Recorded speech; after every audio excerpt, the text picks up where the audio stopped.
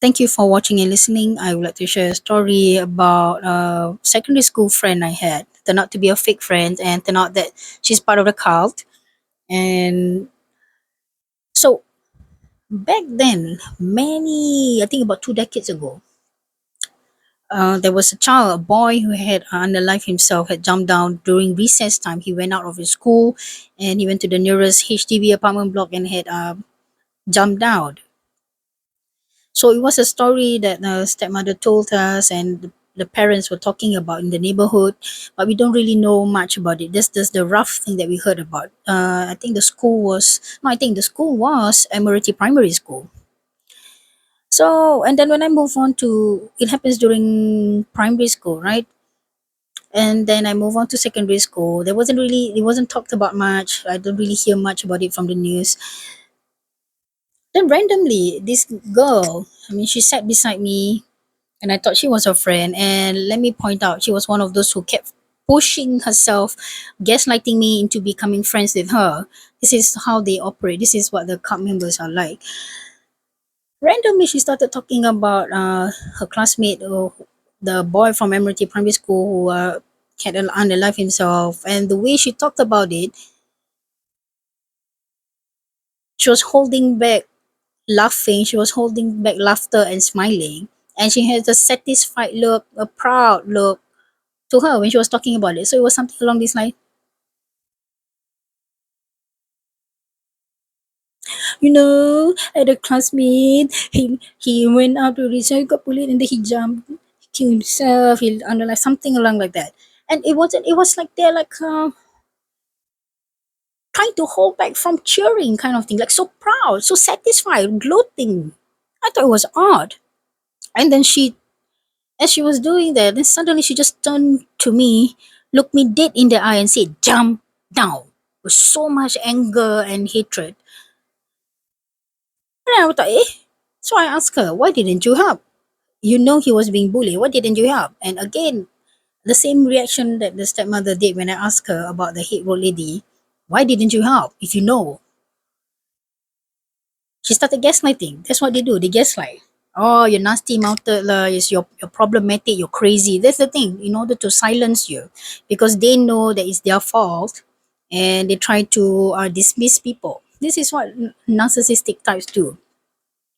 So months later, weeks or months later, the three of them, including that girl, hey, let's go to the beach. Started suggested going to the beach, and I was like, okay, why not? We didn't think too much, right? Because we really, really were innocent and ignorant. Then, well, they knew I couldn't swim. I already told them I couldn't swim. I told them, yeah, I can't swim, but I just play in the water, but I won't go deep and things like that. Even while in the water, I told them that. Even while in the ocean. And then she and the other girl, they were giving each other the look. The whole time, this girl, the one that was talking about her friends her classmate who had unalived himself, she kept pressuring me to go deeper to prove my loyalty. And she kept saying, if you're a good friend, you go deeper into the ocean, prove your loyalty to us. You're such a bad friend, you don't want to go in deeper, to go in deeper. Then my feet, the moment I feel that it's like, you can feel the sand trying to move, sand moving away from under your feet, I quickly went back to the shore. And then she got really, really angry and she got mad and she was giving the other girl a look. The woman was so mad and then she kept gaslighting me on and on. "Ah, you're so problematic lah, ngada-ngada lah kau. There's something wrong with you. You're such a bad friend. You're not loyal. You're such a bad friend. A good friend will go deep into the ocean," things like that. Despite her, even during that, in the water when she was trying to pressure me, I kept telling her, I can't swim. I can't swim. So naturally, I will go back. This is the reason why you should always listen to your instinct, and it's the reason why you should always teach your children to learn to say no, because these girls, to the school teachers, to the other parents, they are like the smart girls, religious girls, pious girls, the students that the parents want, are considered good influence, but they're not. Okay, these narcissistic types are very, very dangerous. So the whole thing was suspicious. Why she was hell bent in getting me to go to the ocean and trying to get me to drown myself. So she was manipulating the whole situation to get me to drown myself because I won't jump down. So now we're gonna trick her into drowning herself. Okay, this is how cunning these cult members are. And then, so come to find out, she's the reason why that boy unalived himself, and she was trying to do it to me, and it didn't work. So that's the reason why she spread rumors. She told people I was a lesbian, and then she bullied me, and I didn't realize I was being bullied because she invited me to the house, cooked food for me to eat, and come to find out, everything done was done with string attached to be used against me, so that she called me shameless for going to her house, shameless for eating her food. But the thing was, I never wanted to go to her house because at that point I was into there was this Latin telenovela that was shown on TV Tiga, Malaysian channel. We used to get Malaysian channel for quite some time until I think they stopped it, right? So it was like a Ugly Betty, but their version.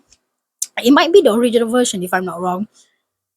Anyway, the show wasn't shown on TV. So after a while, I was like, okay, fine, I'll go to your house since you keep pushing and pressuring me, since you're inviting, right? I thought it was genuine. Then out they were just gaslighting. So people, be very careful of this fake nice one. These are the worst ones. The worst one, again, recently as well, the colleagues, I thought they were nice, then not they were fake nice people. They're not sincere. They're not sincere. So the only reason why she kept asking me to go to her house and so on and so forth, one is a convenience for her, and then two is for her to continue to bully and harass. So there was one time she actually had stained the chair at her dining table, right? And I pointed out, hey, there's a brown stain on this chair. Ah, never mind, never mind, never mind, never mind. You can just sit. You can just sit. So and then I went to the washroom because I was still having my menses at that time. So just to change the sanitary pad, right? When I came back, she started screaming and yelling, "Oh, you look at what you did to my chair, your period blood, your period blood." And I said, "No, the stain was there. I told you the stain was there. You knew the stain was there." And I told her, how can it be my period blood? It has to stain my skirt and my short in the first place. If it didn't flow through that, how is it supposed to be on the chair? And the fact that the stain was there before, it was brown stained, you know.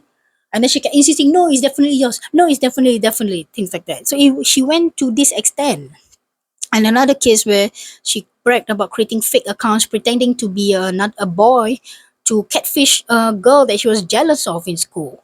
And yeah, we don't really know the name of the girl, but in hindsight, we should have asked further.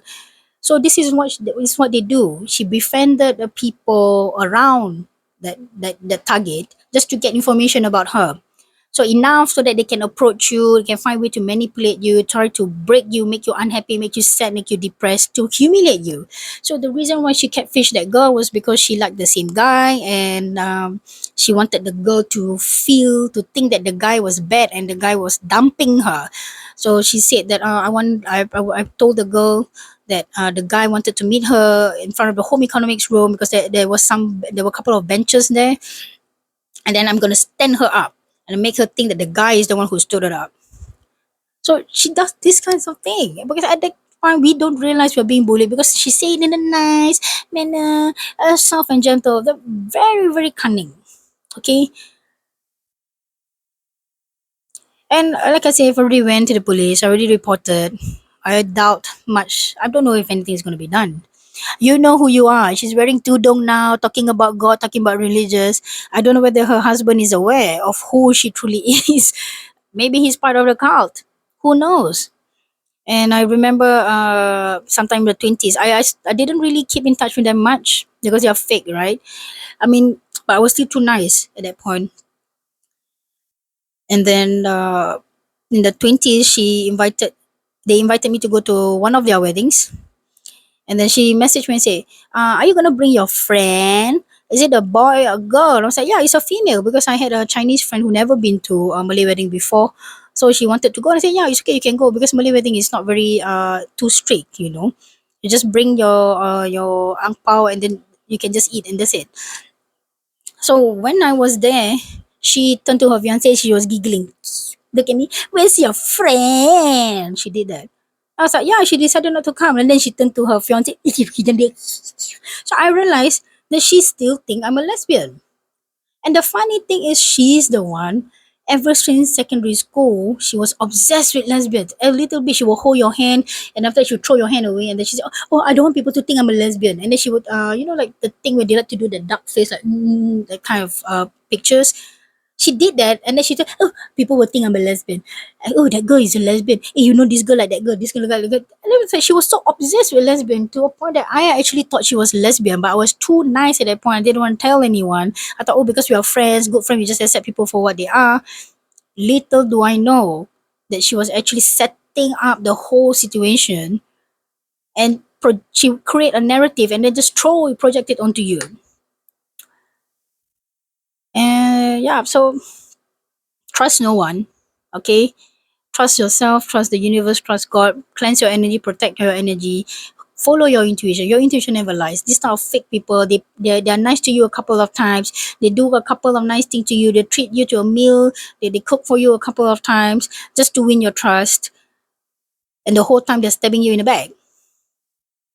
All right. And yeah, believe it, people, they hide behind religions, they look like they're religious, they pray several times a day, they read the holy books, but the whole time they're practicing something else.